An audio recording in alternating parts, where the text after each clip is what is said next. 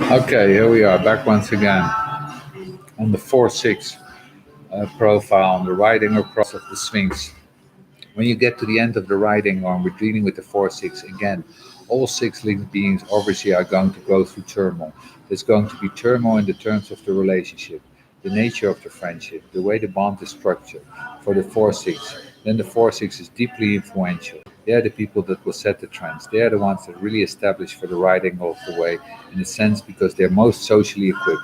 They're the most aware of the advantages that come from the other. One of the things that you see about the 4, because it's an opportunist, is that the frequency is relationship must offer opportunity.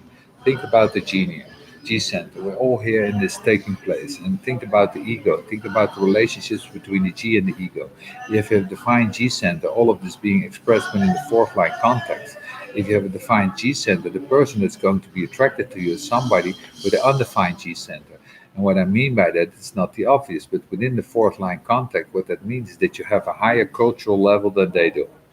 In other words, this is somebody coming from the slums, falling in love with somebody who's in middle class, and in doing so, actually wanting the advantage and the opportunity to rise up out of their standard and go to another level, another cultural level. The person that never graduates high school, falling in love with somebody who's very literate and very artistic of culture, or whatever the case may be. If you look at relationships, you will see that this is very, very common. In other words, this crossing of class lines. For the fourth line being, the G center and the ego center are themes in attractiveness. Remember, they're here to influence, and what they're looking for, how to develop the influence. If you have an undefined G center and your fourth line being, bringing cultures into their life is very important, and the G center is the culture center. So you see a lot of open Gs, for example, who will rise up from very low stage in their life to become part of the cultural nouveau riche. In other words, they will jump straight into the classes because they will be absorbing all of this culture. It's a strategy always at the defined G. If you have an undefined G, if you're living in the barrio, somewhere in the hills of Rio, it's very, very different to have an undefined G and being brought up in the best neighborhood in some wealthy enclave. It's a totally different process. You're going to have a different cultural level, and you're going to take in that level very deeply, amplifying it.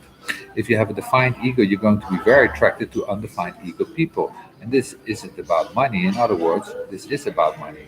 In other words, this is about the genetic recognition that the defined ego can work and deliver. Now, again, none of this is gender related, but it's very important to see with the fourth line context of opportunity. And again, we're talking about a theme where leadership and following, if you got a culture and your partner doesn't, you can lead and then follow. If you have the ability to make the money, whether you're male or female, you have the ability to lead and they follow and they're not going to mind. In other words, this is the beauty of the four. We call it brotherhood, sisterhood. We call it in the social capacity, but basically this is the way that works. In other words, influence becomes their guide, their tool. Influence becomes their way in a relationship. And it's based on these two very, very important areas. If you're a fourth line being with a defined ego and a defined G, and you meet somebody with a defined ego and a defined G, you better be friends and not lovers because you're just going to clash. Your culture will clash with their culture. Your way of material will clash with their way of material. And that there's no illusion of learning in that relationships. And no leader follower is that relationship.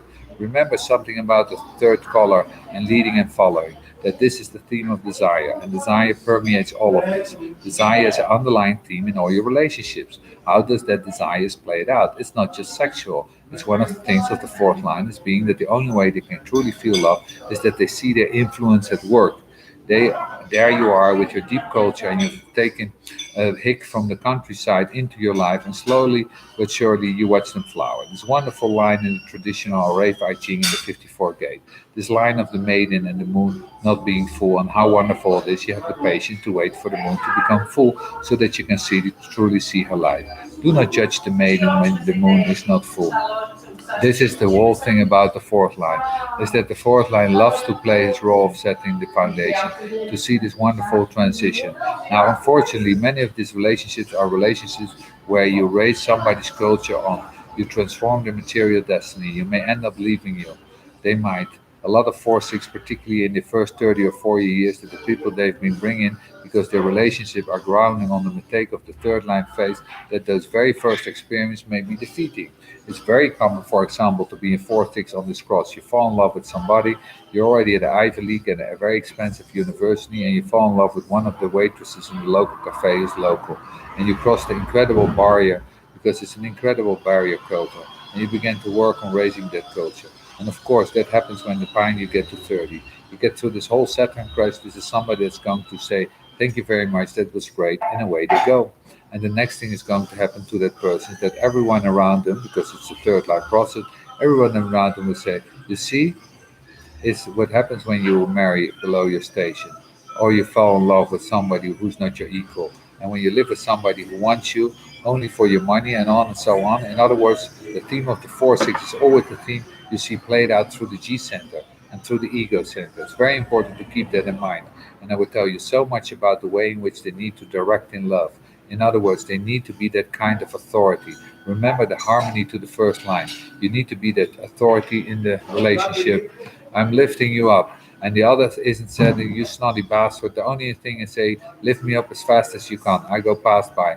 I'm on my way beyond you." These can be very enriching relationships, but they're most successful when they begin in the roof stage. Because again, you don't have to be very negative reaction, very pessimistic reaction to get it wrong in the first 30 years. And in thinking that, that starts you a lesson that you need to avoid. In fact, as a 4-6 child, if you don't offer or are on the receiving end of this kind of cultural or financial advantages, the relationship will never work. It just won't work.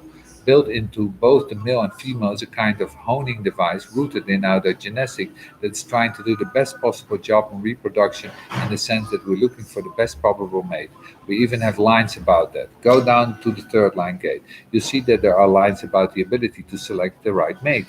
This is so deep inside of us. And for the 4-6, it's very clear. You're either going to learn something from your partner, they're going to transform you, your cultural level, or they're going to transform your financial security, or you're going to be the agent of offering the other in return for your love. The same advantage. In other words, this is the bond that is here to say, if I'm going up, if I'm bringing you the other up of children, or you're going to have a proper frame for them to go beyond.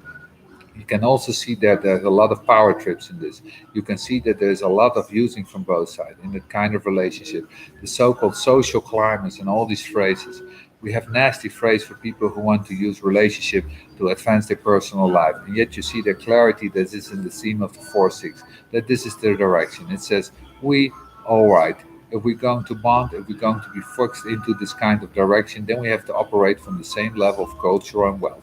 And when we end up in very strategic society, stratified society, in which we can see that the quality of bonds, if you go into certain neighborhoods based on finance and culture, and you look at these neighborhoods and the way in which the partner work, you see within each neighborhood that the general theme of the relationships are homogeneous. They're dealing with the same financial problem, they're dealing with the same cultural problems or lack of it. And so the relationships revolve around that kind of infrastructure. If you move up to another level, there's another set of problems, but they're all happy to be together because they can share that level of the problems with each other. Again, we end with the stratification of society, and this is what the 4-6 brings. It is the role model, and the role model says, well, the genes want us to be different. I have to compensate, so I'm attracted to this person who's poor and stupid. I will teach them how to read and buy them some nice clothes. It's a way to reach, trying to create equalness, try to make the relationship better. And it's true, you know that yourself, that no matter how attracted you may be to another person, that the moment you have a conversation, the moment you have shared lifestyle, is the moment you realize whether you can really have a relationship or not. This is the final statement of the right angle and the experiment of setting direction for duality. It says, look, we're getting screwed on this, and we're going to be attracted to what really different. So let's do what we can even do things out. Give us a sense of commonality. And the way we do is to get through the G center and through the ego. It just looks like the fourth line in relationships and profiles. With that in mind, it's going to be an eye opener for you. It can also be very disillusioned. So be careful. Then we go to the juxtaposition cross of the interaction, the 4-1.